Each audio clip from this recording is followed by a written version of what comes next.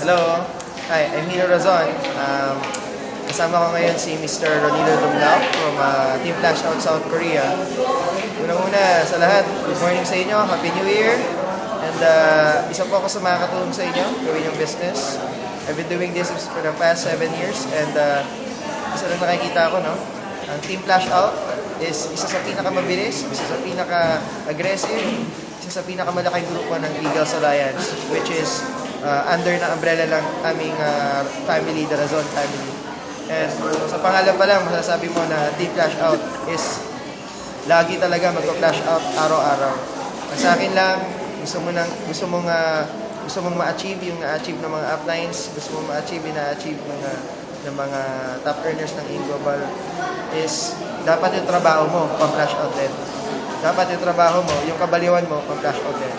Kumbaga, huwag ka na magpa-petiks-petiks. Kung medyo alanganin ka pa, isa lang dapat mong gawin. Attend ka pa ng trainings, laliman mo pa yung reason mo bakit ginagawa mo yung business, gumawa ka ng dream board.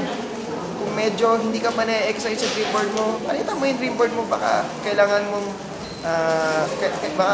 mo ng mag-refresh ng dream board. Kasi New Year po ngayon.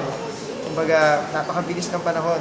Ang Global, may ilalabas na libro about the top 40 ng Global.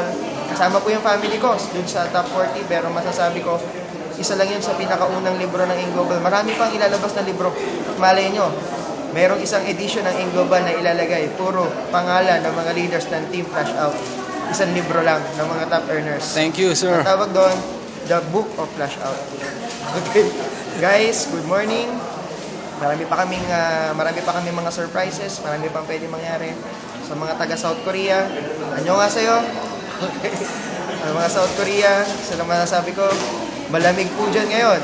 Pero, pag nasa Global ka, lagi nag-aalab yung puso mo. Kasi buhay na buhay yung mga pangarap mo. Good morning, Mabel.